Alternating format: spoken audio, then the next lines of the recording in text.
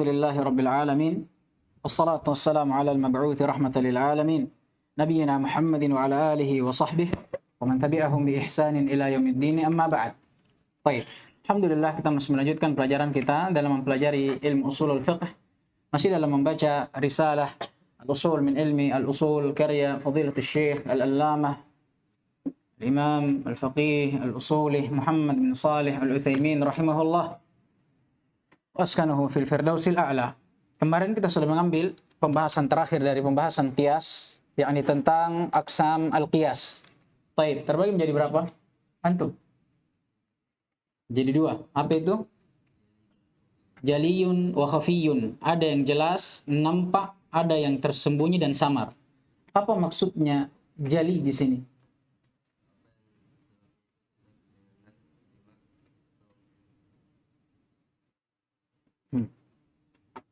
Atau lanjut. Baik. Jadi kias yang jali adalah kias yang illah pada kias tersebut tetap dari siapa? Dari nas Al-Quran dan Sunnah.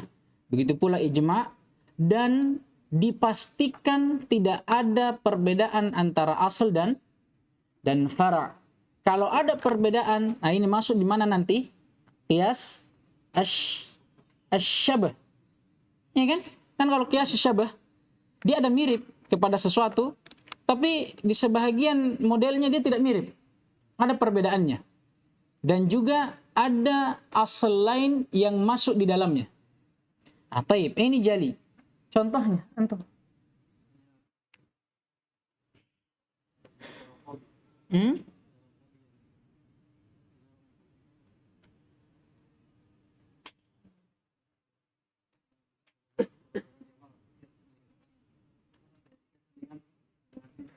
Baik. Qadhi yang misalnya menahan kencingnya atau buang air besarnya. Qadhi yang seperti ini dilarang untuk memberikan qadaya atau keputusan dalam suatu hukum. Kenapa? Dikiaskan dengan larangan Nabi Shallallahu Alaihi Wasallam atas seorang qadhi yang sedang marah untuk memutuskan perkara. Apa ilahnya? Disebutkan bahwa ilahnya adalah tashwish al-aql atau tashwish al-fikr wa inshighalul qalb. Ya, terjadinya apa atau tersibukkannya hati dan apa? Pikiran. Nah, hanya saja yang beliau sebutkan ini kias yang sebabnya atau ilahnya diambil dari kesepakatan. Ya, karena bukan hadits. Contoh yang kedua, Fahad. Ketawa. Mana songkot Farid? Pakai songkot. Iya, kias jali. Beliau sudah sebutkan contoh yang ilahnya datang dari ijma'. Tapi kalau contoh yang dari hadits,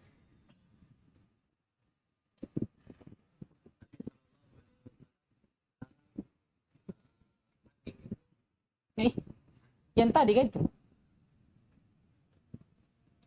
Baca awalnya.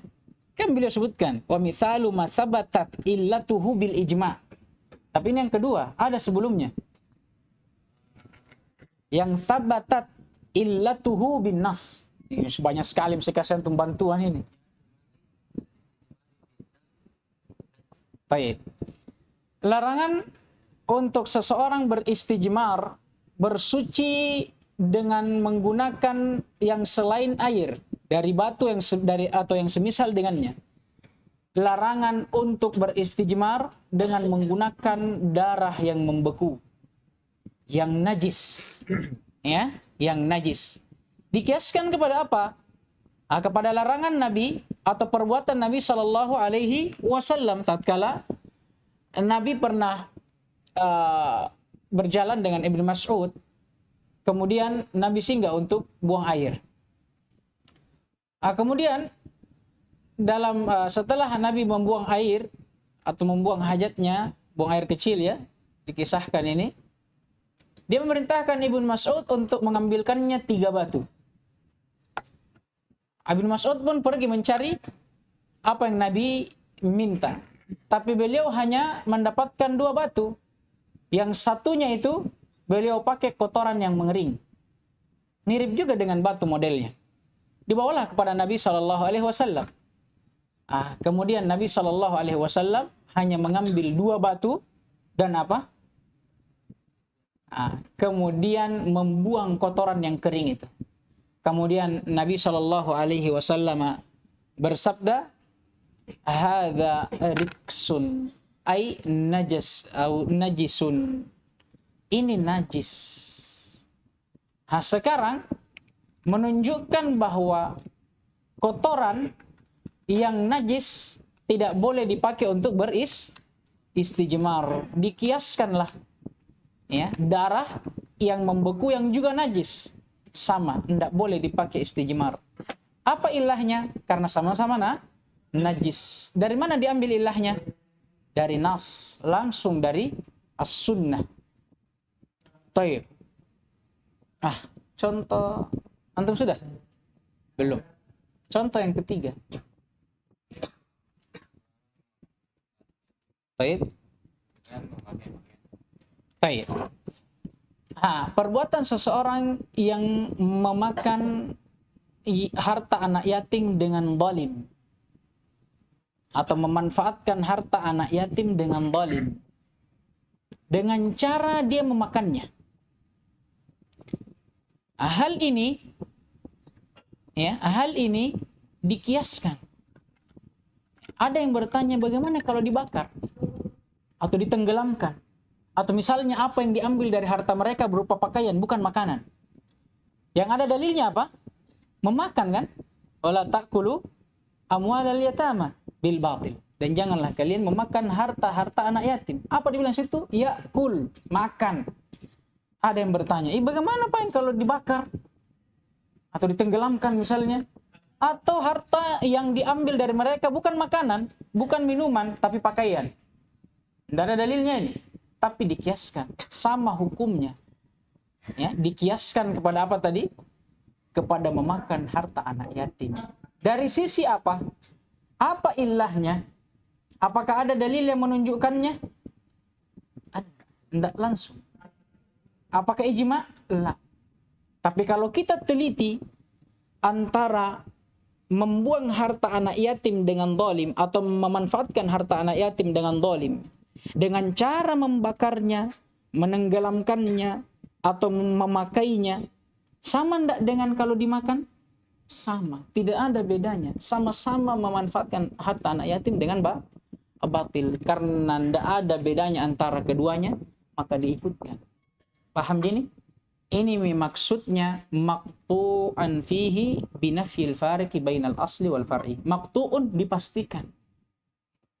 Fihi pada qiyas tersebut binafyil fariqi bainal asli wal far'i. Dipastikan pada qiyas tersebut tidak adanya perbedaan antara asal dengan fara'nya. Ini maksudnya. Baik, Khafi.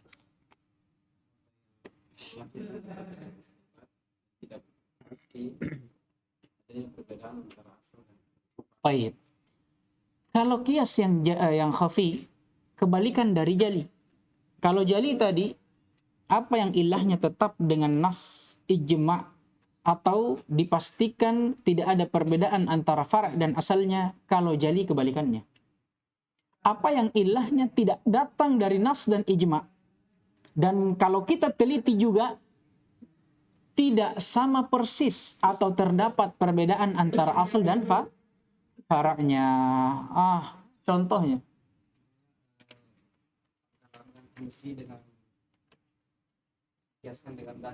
Baik. Contohnya ada yang mengkiaskan antara apalagi namanya al-ushnan. Al-ushnan ini apalagi namanya? Bahasa ringkasnya mungkin deterjen. Dan yang semisal dengannya. Pokoknya alat yang digunakan untuk membersihkan, sabun, deterjen, dan semisal dengannya. Ada yang mengkiaskan hal ini kepada apa? Kepada bur, gandum. Dari sisi apa? Dalam hukum berjalannya pada hal tersebut, hukum riba. Dalam hukum riba. Maksudnya sebagaimana hukum riba berjalan atau berlaku pada gandum, maka berlaku juga pada pada usnan ini, alat-alat pembersih ini. Dari sisi mana? Dia bilang karena sama ilahnya, alasannya, sama-sama apa? Ditakar. Ya, jadi sebagaimana bur atau gandum termasuk dari benda riba karena dia ditakar, nah kalau begitu kasih masuk juga usnan, sabun. Karena namanya sabun, ya dia ditakar juga. Karena tidak ada orang beli sabun 1 biji, 2 biji, 3 biji. Tidak ada. Pasti beli gram atau liter. Maka sama. Tapi hanya saja kias yang seperti ini tidak bisa diterima. Pertama karena ilahnya itu tidak datang dengan nas dan ijma. Kemudian yang kedua, kalau kita teliti juga ada perbedaan, bahkan perbedaan yang sangat besar antara apa? Antara asal dengan faraknya. Apa itu? Kalau gandum dimakan, kalau deterjen tidak bisa dimakan. Ya, tidak bisa dimakan. Ada orang makan sabun? Ada, tapi sedikit mungkin. Saya pernah dengar katanya ada orang makan sabun. Biasa orang kalau ditanya, baik itu orangnya? Iya baik ji, tidak makan sabun ji. Baik. Untuk menyempurnakan pembagian ini, beliau membawakan 2 lagi jenis kias sebagai penyempurna. Baik, apa itu Ramadan? Baik, kiasus syabah dan kiasul aks. Apa itu kiasus syabah?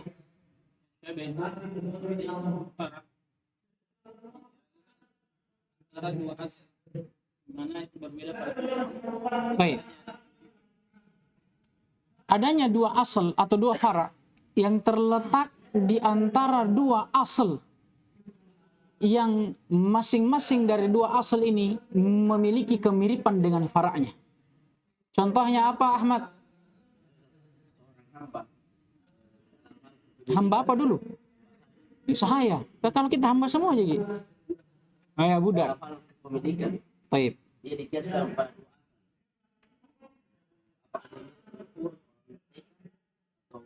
Seperti hewan, bahiru.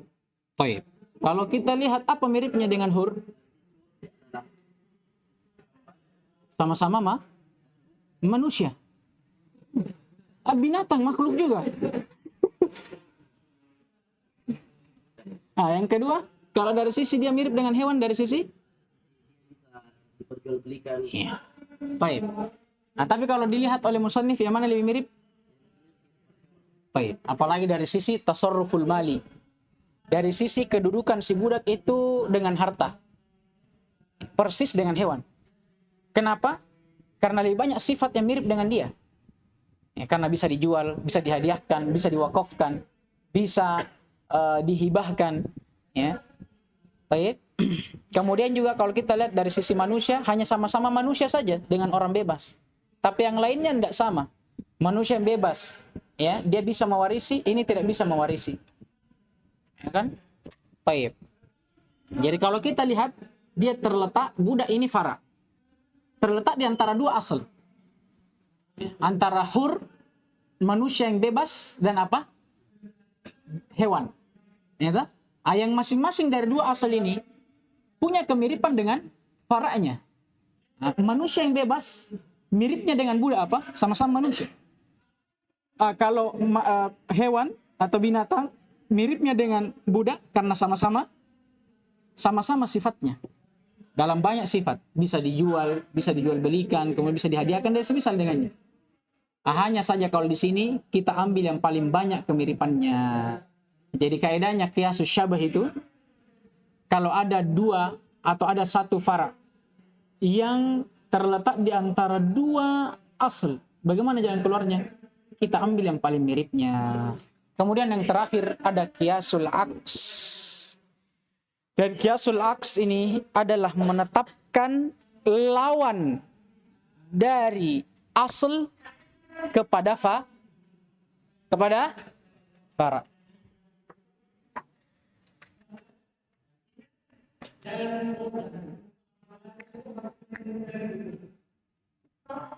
Baik.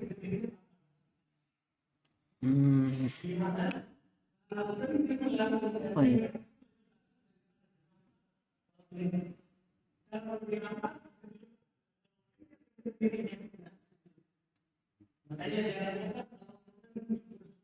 Hmm.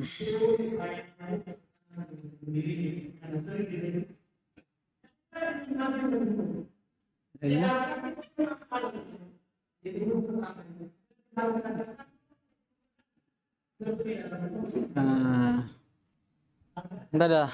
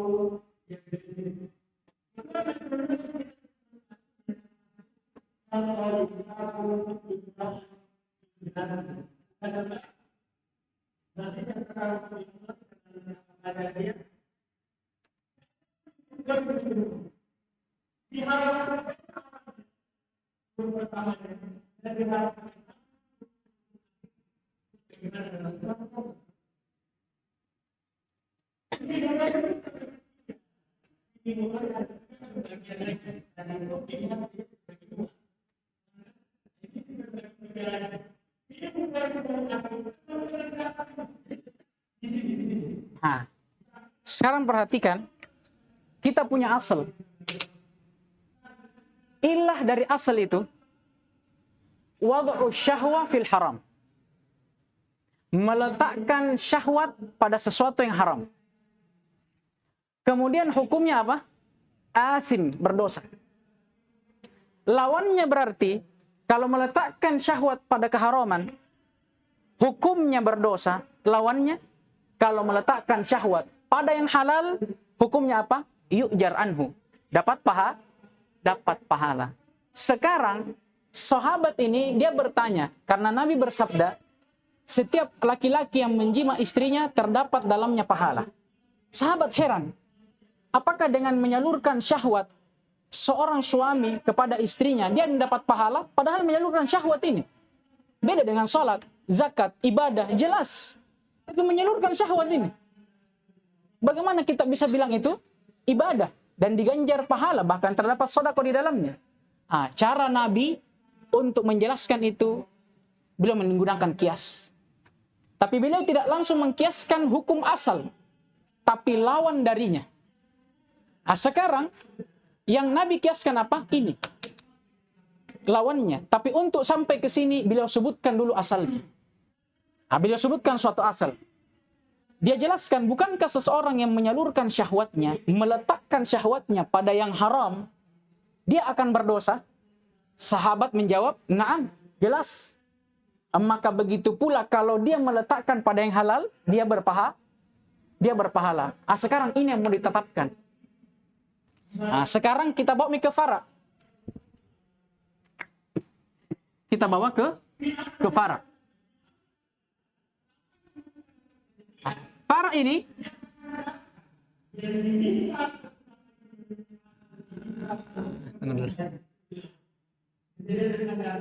apa kasusnya? Wada' asyahwa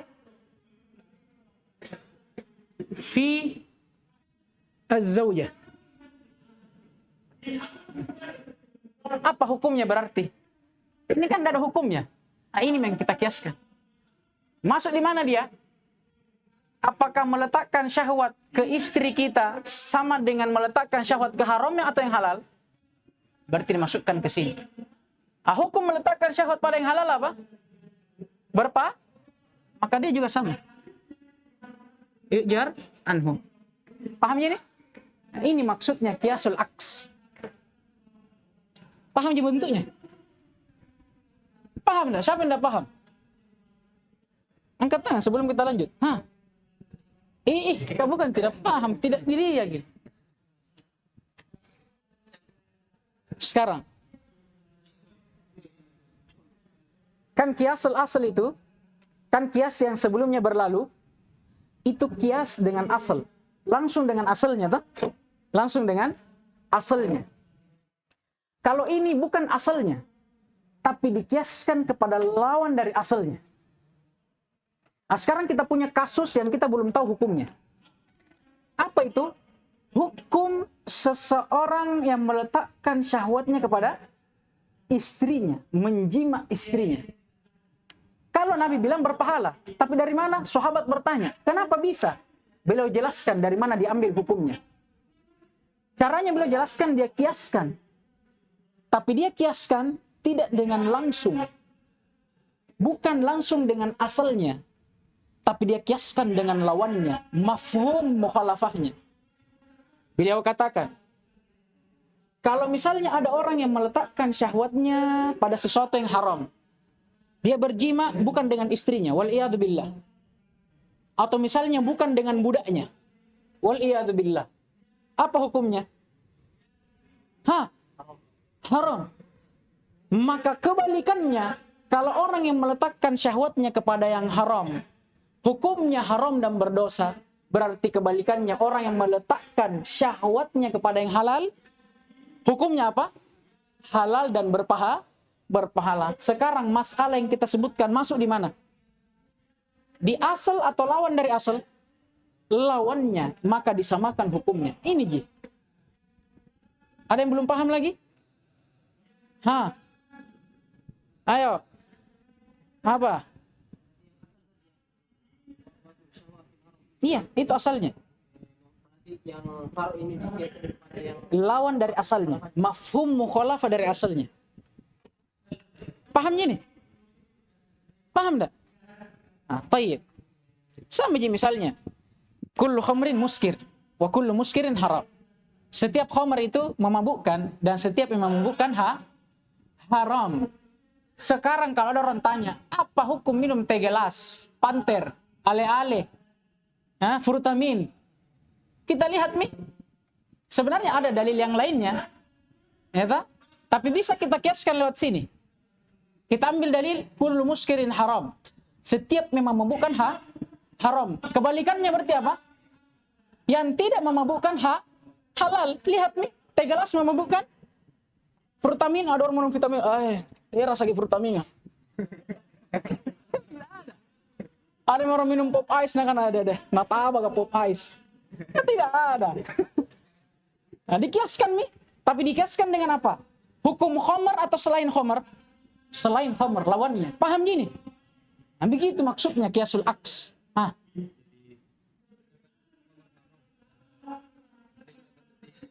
Halal. Maksudnya, teh berpahala.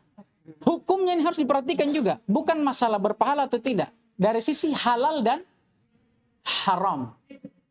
Yang halal itu belum tentu berpahala. Tapi yang haram sudah jelas dosa. Karena yang halal itu bisa jadi mubah, bisa jadi sunnah, bisa jadi wajib. Beda dia. Satu hukum wad'i, satu hukum taklifi. Paham bentuk-bentuknya ini tak?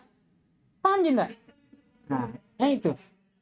Bahaya juga kalau orang minum teh gelas mabuk ya. Nah, tahu teh gelas. Baik, Ikra. Abu Zakaria, tunggu dulu. Bahaya nih kalau dia bertanya. Tongkonya saja miring. Baik,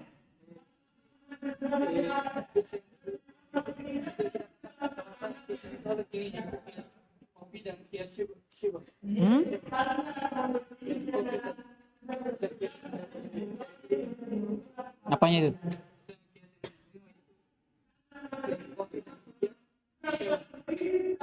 Iya, bisa dikatakan seperti itu. Bisa. Tapi Allah Ta'ala alam, yang jelas di sini yang beliau sebutkan bahwa ini yang dhaif adalah syabah. Ya, tapi Allah alam kalau yang jali.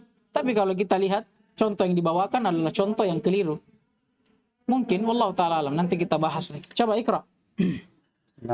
Mau selesaikan ini. Pekan depan insya Allah kita selesai. Nanti pekan berikutnya warafat. Gak apa-apa, lanjut. Antam. Apa tiga lasen. Qala Syekh Allamah Muhammad bin Shalih Al-Utsaimin rahimahullah, at-ta'arudu ta'rifu at-ta'arudu lughatan at-taqabulu wat-tamanu wa istilahan taqabulu ad-dalilaini bihaitsu yukhalifu ahaduhuma akhara. Wa qasamu at-ta'arudi arba'atun. Al-awwal ay yakuna baina dalilaini 'ammaini wa lahu arba'u halatin. Al-awwal أيمكن الجمع بينهما بحيث يحمل كل منهما على حال لا يناقض الآخر فيها فيجب الجمع. مثال ذلك قوله تعالى لنبيه صلى الله عليه وسلم إنك لا تهدي إلى صراط مستقيم، وقوله إنك لا تهدي من أحببت.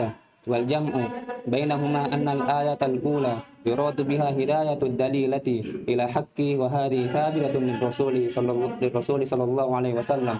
والآية الثانية يراد بها هداية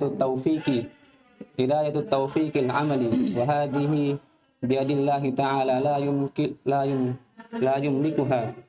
لا يملكها الرسول صلى الله عليه وسلم ولا غيره. الثاني فإن لم يمكن الجمع فالمتأخر ناسخ إن علم التاريخ فيعمل به دون الأول. مثال ذلك قوله تعالى في الصيام فمن تطوع خيرا فهو خير له وأن تصوموا خير لكم. فهذه الآية تفيد التخيير بين الإطعام والصيام مع ترتيح الصيام. وقوله تعالى فمن شهد منكم الشهر فليصم ومن كان مريضا أو على سفر فعدة من أيام أخر. يفيد التعيين الصيام أداء في حق تفيد التعيين الصيام أداء في حق غير المريض والمسافر، قضاء في حقهما لكنها متأخرة عن الأولى فتكون ناسخة لها، كما يدل على ذلك حديث سلمة بن أكوع الثابت في الصحيحين وغيرهما. الثالث فإن لم يعلم التاريخ عمل بالراجح إن كان هناك مرجح. مثال ذلك قوله صلى الله عليه وسلم من مس ذكره فليتوضأ. وسئل صلى الله عليه وسلم أي الرجل يسمى ذكره عليه الوضوء؟ قال لا إنما هو بضعة منك. فيرجح الأول لأنه أحوط ولأنه أكثر طرقا، ومصححوه طيب أكثر ولأنه ناقل عن الأصل ففيه زيادة علم. الرابع فإن لم يوجد مرجح وجب التوقف ولا يوجد له مثال صحيح. طيب Masya Allah. Kata beliau rahimahullahu ta'ala at-ta'arud, bab tentang pertentangan dalil antara satu dengan yang lainnya. Setelah beliau menyebutkan 4 usul al-adillah, dalil-dalil pokok yang dipakai berdalil di dalam Islam, beliau menyebutkan bab juga yang termasuk yang paling pentingnya, yang bersangkutan dengan 4 usulul adillah yang telah berlalu, yakni bab yang menjelaskan tentang bagaimana jalan keluar apabila terjadi ta'arud, pertentangan antara dalil. Dan ini terjadi pada setiap dalil yang berlalu. Terkadang ada Al-Quran dengan Al-Quran, sunnah dengan sunnah, Al-Quran dengan sunnah, begitu pula ijma, begitu pula qiyas. Tapi perlu dipahami bahwa yang diinginkan dengan ta'arud di sini itu kalau dipandang dari kacamata seorang hamba yang membaca dalil-dalil tersebut. Adapun asal dari dalil yang Allah turunkan, Al-Quran dan sunnah melalui nabinya, ijma orang-orang yang datang setelah nabi, begitu pula qiyas, tidak ada yang ta'arud pada asalnya. Tidak ada. Nas Al-Quran dan Sunnah tidak ada ta'arud padanya pada asalnya. Tiada lain, ta'arud itu terjadi tatkala ayat itu dipandang dengan kacamata siapa? Seorang hamba yang membaca ayat-ayat itu. Kenapa? Karena Allah Subhanahu wa taala berfirman, "Afala yatadabbaruna al-Qur'an? Falau kana min 'indi ghairillah lawajadu ikhtilafan katsira." Afala yatadabbaruna al-Qur'an? Kata Allah, tidakkah mereka mentadabburi Al-Qur'an? Sehingga apa? Sehingga dia mendapati petunjuk darinya. Karena Al-Quran tidaklah turun kecuali apa? Hudan linnas, petunjuk bagi manusia. Karena kalau dia baca, dia akan mendapati bahwa lau kana min indi ghairillah, andai kata Al-Quran itu datang dari selain Allah, lawajadu ikhtilafan katsira. Mereka akan mendapatkan apa? Perselisihan yang sangat banyak. Maksud dari ayat ini, perintah Allah untuk mentadabburi Al-Quran. Dan tadabbur tidak akan mungkin sampai seorang hamba ke derajat tadabbur kecuali setelah dia apa? Berilmu, mempelajari Al-Quran dan memahaminya. Baru masuk kepada tadabbur. Nanti kalau kita sudah mentadabburi Al-Quran, baru kita sadar bahwa Al-Quran ini benar dan datangnya dari Allah, tidak ada perselisihan di dalamnya. Dari mana kita pahami? Dari kalimat setelahnya. Karena andai kata Al-Quran itu dari selain Allah, pasti orang-orang yang membacanya akan mendapati apa? Perselisihan yang sangat banyak. Mafhum mukhalafahnya, kebalikannya. Berarti orang-orang yang mentadabburi Al-Quran, yang paham bahwasanya Allah Subhanahu wa taala dialah yang telah menurunkannya dan Al-Quran betul-betul turun darinya, apakah dia akan mendapatkan perselisihan? Anda. Makanya kata Syekh Shalih bin Utsaimin dalam syarahnya, ta'arud pada asal dari nas tidak ada. Ta'arud pada asal nas tidak ada. Karena semuanya nas itu jelas dan tidak ada yang bertentangan antara satu dengan yang lainnya. Adapun apa yang terjadi sekarang ini, maka itu atau ta'arud perselisihan itu kalau dipandang dari mata manusia. Adapun dalil, maka tidak ada dalil yang saling berselisih antara satu dengan yang lainnya. Adapun manusia yang berselisih ini tentang penafsiran ayat, penjelasan tentang hadis dan pemaparannya, kata beliau tidak lepas dari 3 sebab. Ta'arud tidak lepas dari 3 sebab. Pertama, al-qusur fil ilm. Tidak adanya ilmu. Yang kedua, al-qusuru fil faham. Tidak adanya pemahaman. Karena tidak semua orang yang belajar bisa paham. Yang ketiga, al-qusuru awit taksiru fit tadabbur. Kurangnya seseorang mentadabburi dari ayat-ayat Al-Quran. Serta hadits-hadits Nabi SAW. Karena tidak semua orang yang belajar, yang paham dengan apa yang dia pelajari, dia bisa mentadabburi Al-Quran. Tidak semuanya. Ya kan? Maka kapan tidak terpenuhi 3 syarat ini? Inilah yang menyebabkan ta'arud terjadi. Atau kapan terdapat 3 syarat ini? Inilah yang menyebabkan terjadinya ta'arud. Paham gini? Jadi perlu kita ketahui bahwa Al-Quran pada asalnya ada tidak ta'arud? Tidak ada. Begitu pula pada sunnah. Ta'arud itu tiada lain terjadi itu kalau kita pandang dari sisi manusianya. Kita yang membacanya. Makanya para ulama berselisih pendapat terkadang terhadap suatu tafsir. Ada yang mengatakan ini, ada yang mengatakan ini. Terhadap suatu hadits, ada yang mengatakan dia haram, ada yang mengatakan mubah. Dan begitu yang seterusnya. Paham gini? Ini ta'arud. Baik. Kemudian kata beliau ta'rifu, pengertian tentang ta'arud. At-ta'arud lughatan at-taqabul wa tamanu'. Saling berhadapannya sesuatu dan saling menghalangi.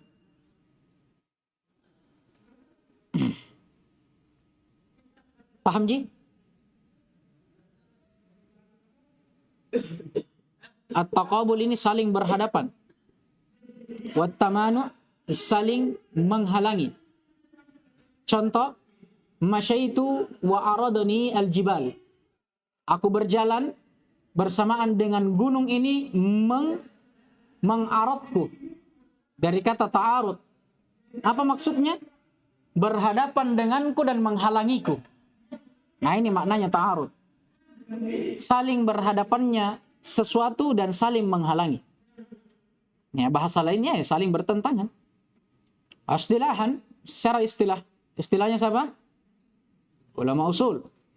Ta'arud dalam ilmu usul taqabulud dalilain bihaitsu yukhalifu ahaduhum al-akhar. Ta'arud adanya dua dalil yang saling taqabul, ay takhaluf. Dari kata takhalafa ya takhalafu, takhalufan, saling bertentangan. Adanya dua dalil yang saling bertentangan. Dari sisi apa? Bihaitsu yukhalifu ahaduhum al-akhar. Yang satu menyelisihi atau bertolak belakang hukumnya dengan dalil yang lainnya. Paham ini? Ada satu bilang haram, ada satu bilang boleh. Ada satu bilang wajib, ada satu bilang sunnah. Ini bertentangan. Ada satu bilang haram. Ini bertentangan namanya. Kemudian kata beliau, wa aqsamu ta'arud arba'. Jenis-jenis ta'arud ada 4. Ya. Jenis-jenis ta'arud ada 4. Beliau akan sebutkan.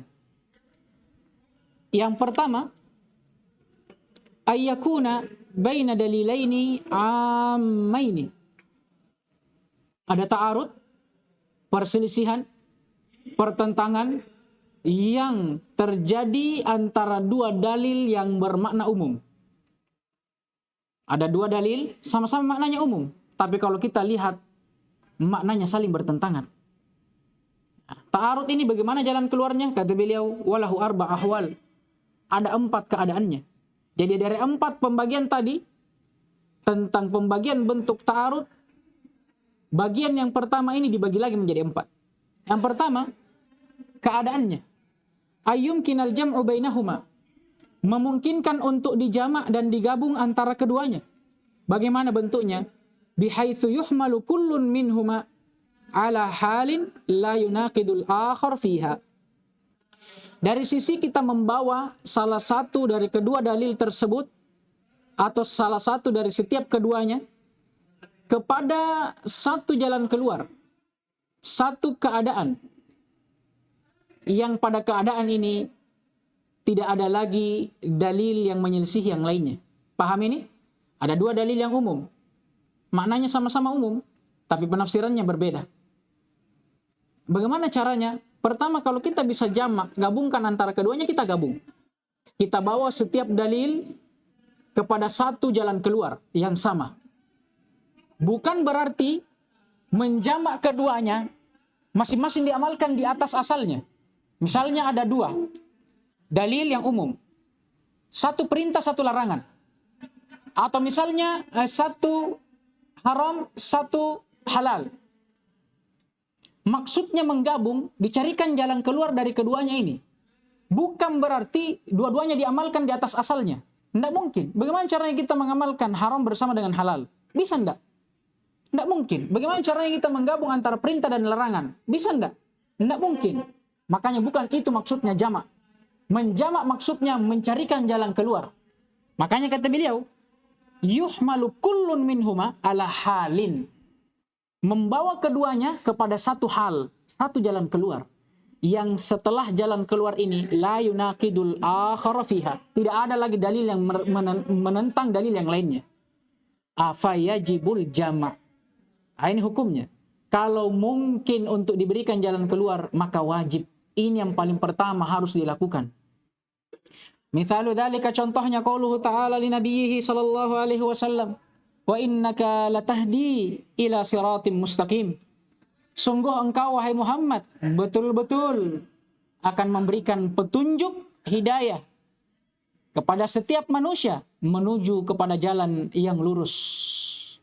Kata Syekh Ibnu Utsaimin dalam syarahnya, di mana sisi keumumannya di sini? Ke sisi keumumannya atau lafaz amnya mahdhuf, dihapus. Takdirnya an-nas. Takdir ayat, wa innaka latahdi an-nasa ila siratil mustaqim.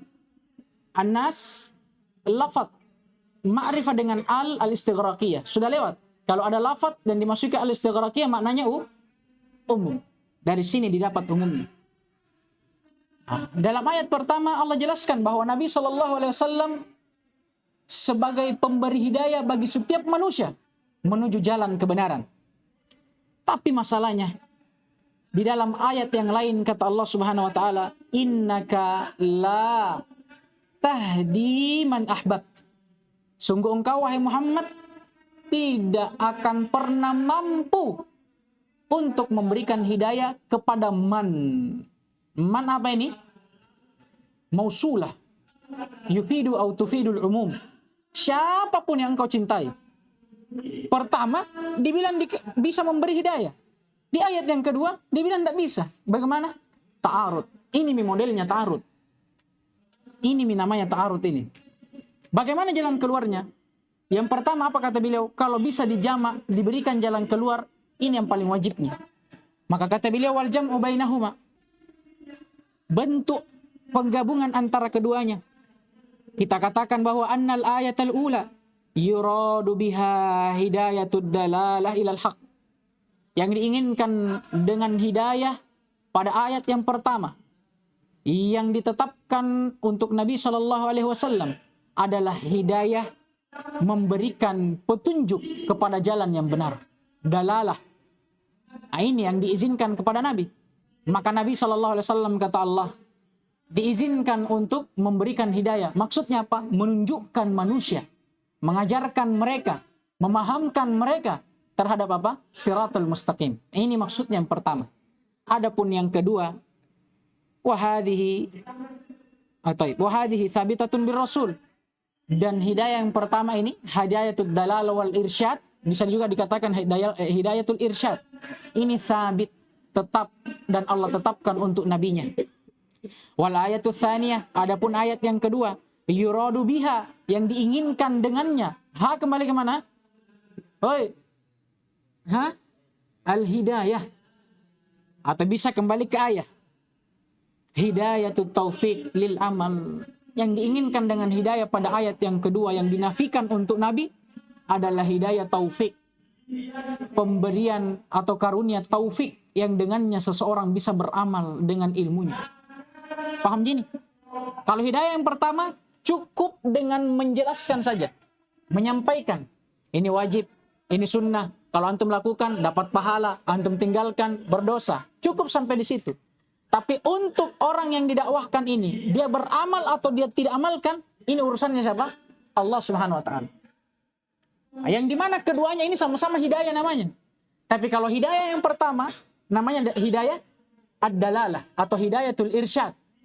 Hidayah dalam bentuk menunjukkan. Tapi hidayah yang kedua bentuknya apa? Hidayatul at-taufiq. Ini yang apa? Wahadihi biyadillah. Inilah yang apa? Hanya didapatkan di tangan Allah Subhanahu wa taala. Hanya berada di tangan Allah, tidak selainnya. La yamlikuha ar-rasul sallallahu alaihi wasallam wala ghairah. Tidak ada seorang pun yang bisa memilikinya, tidak rasul dan tidak selainnya. Apalagi yang selainnya.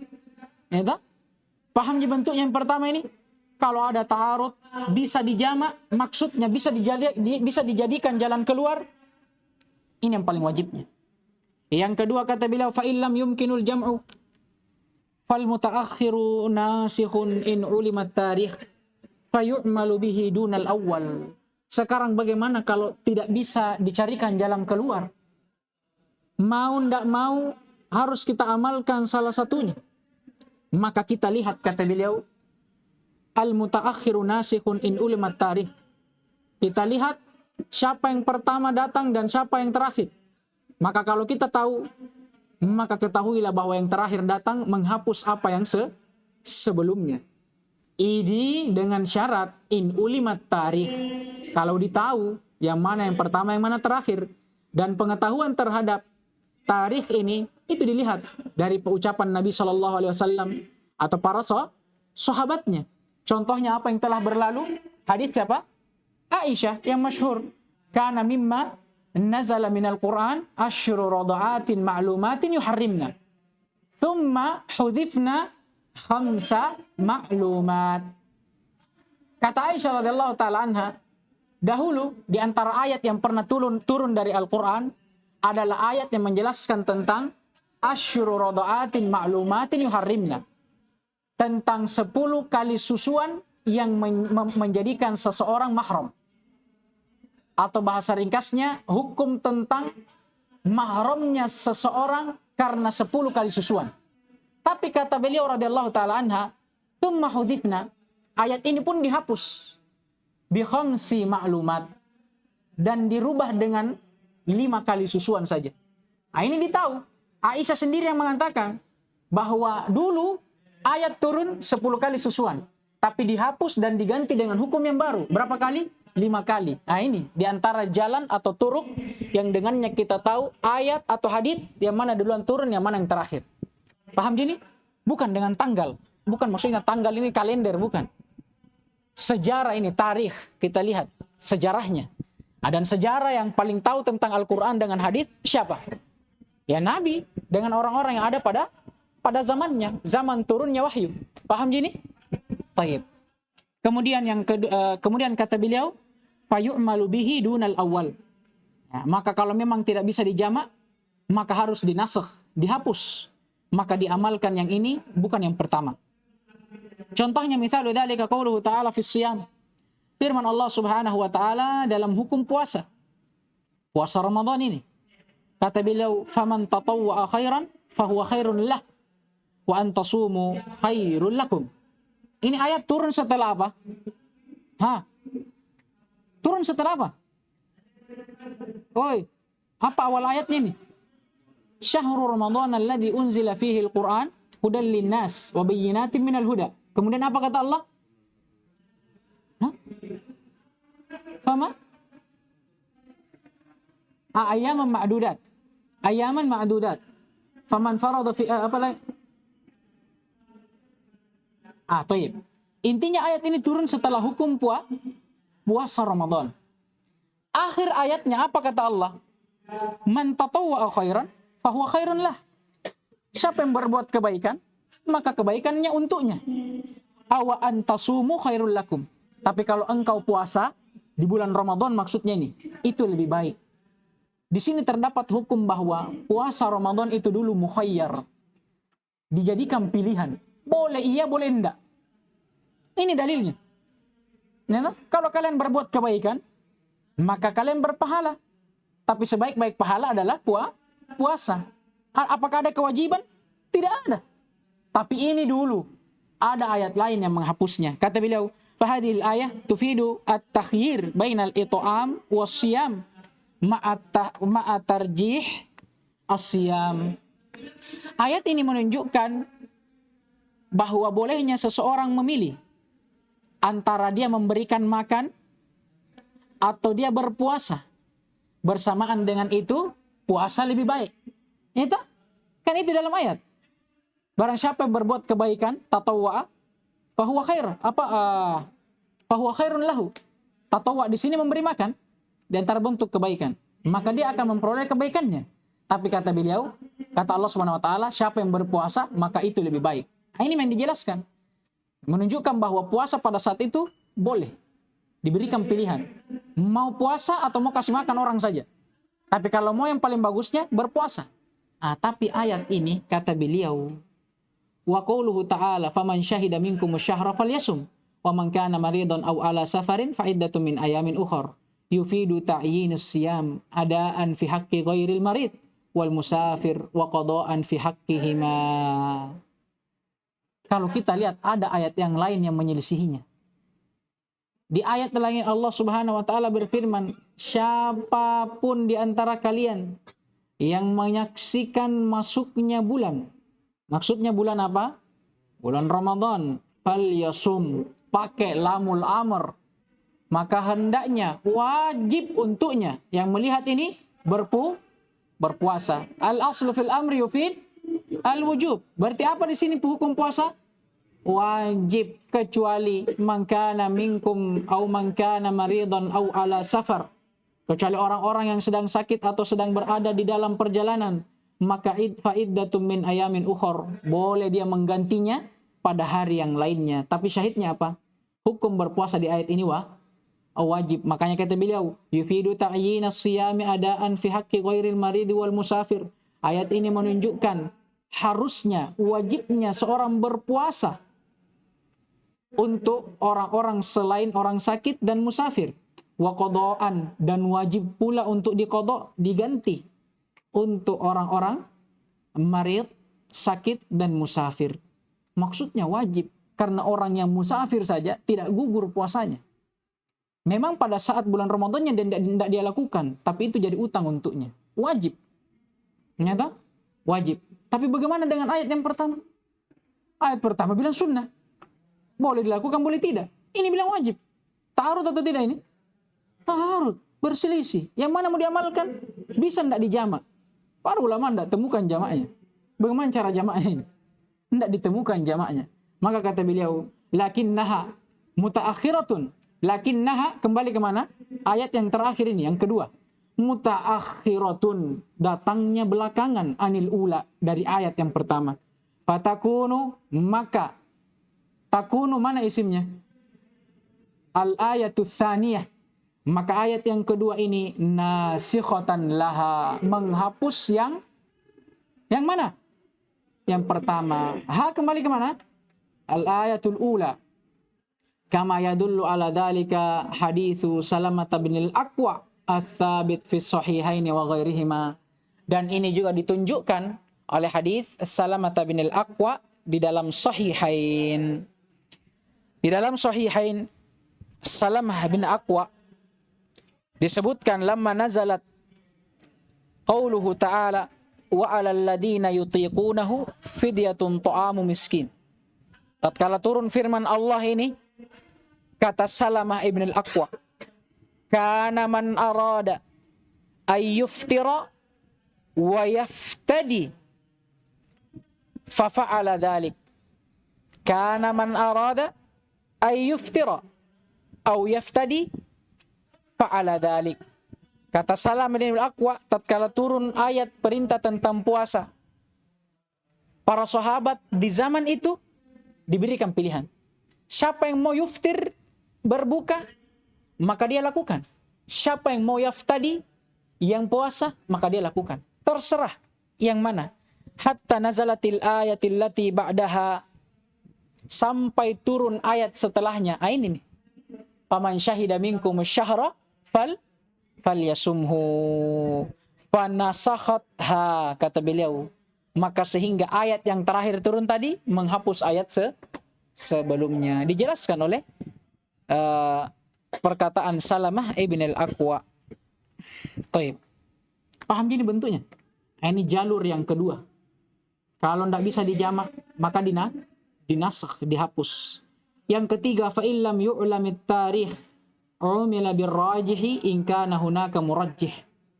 Kalau tidak bisa dijamak, tidak ada jalan keluarnya, tidak kita tahu juga yang mana yang datang pertama dan yang terakhir, tidak bisa dihapus salah satu dari keduanya, maka kata beliau umila birrajih, kita amalkan yang paling rajihnya, yang paling kuatnya, tapi dengan syarat in kana hunaka murajjih, kalau memang di sana ada yang menguatkan salah satu dari keduanya. Misalu dzalika, contohnya sabda Nabi sallallahu alaihi wasallam, man massa dzakarahu falyatawadda. Siapa saja yang memegang kemaluannya, maka hendaknya dia berwudu. Menunjukkan bahwa apa ini? Memegang kemaluan membatalkan wudu dan mewajibkan wudu setelahnya. Wasu'ila sallallahu alaihi wasallam 'anil rajuli yamassu dzakarahu. Bersamaan dengan itu dalam hadits yang lainnya, Nabi sallallahu alaihi wasallam pernah ditanya oleh tentang seorang lelaki yang memegang kemaluannya. Ditanyakan kepada beliau, a'alaihil wudu? Apakah wajib atasnya untuk berwudu? Maksudnya setelah dia pegang kemaluannya. Kemudian Nabi sallallahu alaihi wasallam bersabda, la, tidak wajib baginya. Innama huwa bid'atum minka. Ya, karena sesungguhnya huwa kembali ke mana? Al-dzakar, kemaluannya. Itu adalah bid'atun, sebahagian darinya. Maksudnya bagian tubuh darinya. sebagaimana bagian tubuh yang lainnya tidak membatalkan wudu, misalnya kepala, misalnya antum sudah berwudu, pegang-pegang kepalanya antum, batal wudu antum? Enggak. Antum garuk-garuk badannya antum, batal wudu antum? Enggak. Nah, sebagaimana dzakar ini kata beliau sebagian dari tubuh, yang dimana bagian tubuh lainnya tidak membatalkan wudu, maka dzakar juga tidak membatalkan wudu. Bagaimana jamaknya? Nabi bilang pertama membatalkan wudu. Di sini dia bilang tidak. Walaupun contoh ini diperselisihkan. Karena yang rajih wallahu taala alam, di sini bisa dijamak. Di sini bisa dijamak. Ini pendapat Syekhul Islam Ibnu Taimiyah. Dia bilang jamaknya gampang. Jamaknya gampang. Kita katakan bahwa memegang kemaluan tidak membatalkan wudu. Karena dia sebahagian dari anggota tubuh yang lainnya. Sebagaimana yang lainnya tidak membatalkan wudu, berarti dia juga tidak membatalkan wudu. Beramal dengan hadis yang kedua.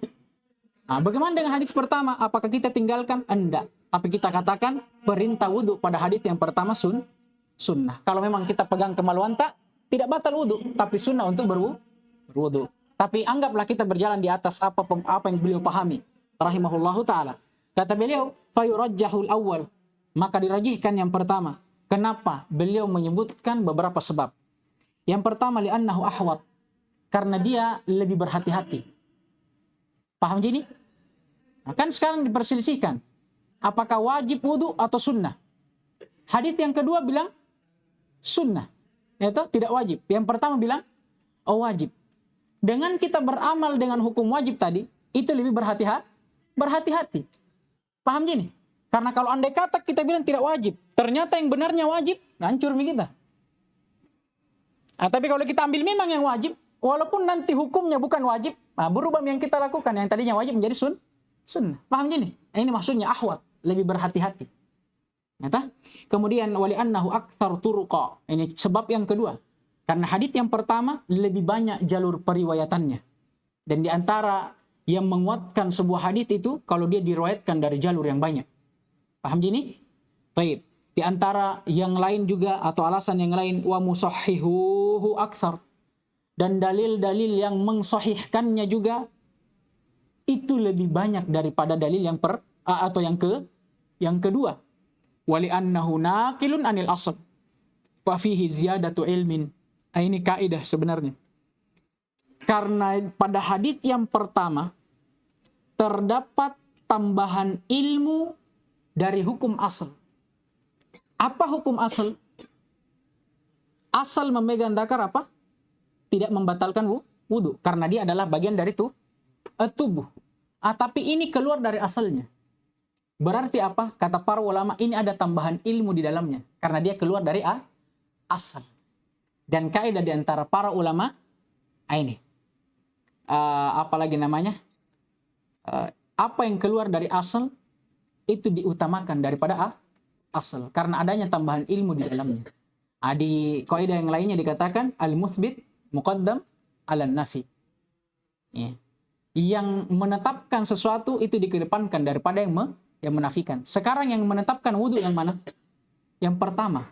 Yang menafikan wudu yang mana? Yang kedua. Yang mana dia halukan? Yang pertama tadi. Karena dia muthbit. Nah, ini kaidah di antara para ulama. Dari 4 sebab inilah Syekh Ibnu Utsaimin rahimahullahu taala merajihkan hadits yang pertama dan pendapat bahwa memegang kemaluan membatalkan wudu. Walaupun banyak tarjihat yang lainnya. Ada yang mengatakan nanti memegang kemaluan dengan syahwat. Ya, ada juga mengatakan yang dimaksud memegang kemaluan yang membatalkan wudu ini kalau dipegangnya pada saat wudu. Adapun kalau di luar wudu kita pegang tidak membatalkan wudu.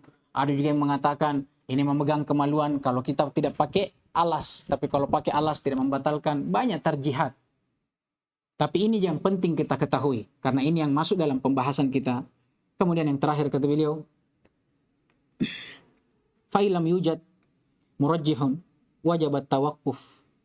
Kalau tidak ada sama sekali bisa dibikin, tidak bisa dijamak, masuk ke nasakh. Ternyata mau dinasakh juga tidak bisa, tidak ditahu yang mana pertama, yang mana terakhir.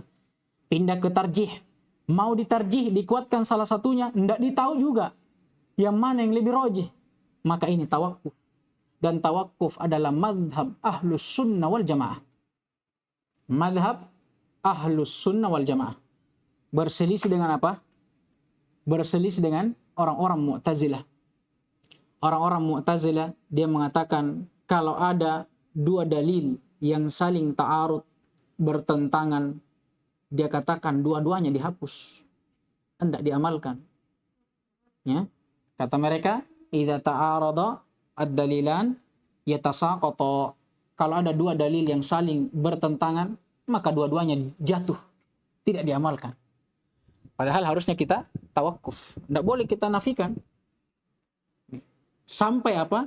Sampai kita menanyakan bagaimana hukumnya, ya kan? Sampai kita dapat hukumnya. Naktafi bihadzal qadar. Subhanakallahumma wa bihamdik, asyhadu an la ilaha illa anta, astaghfiruka wa atubu ilaik.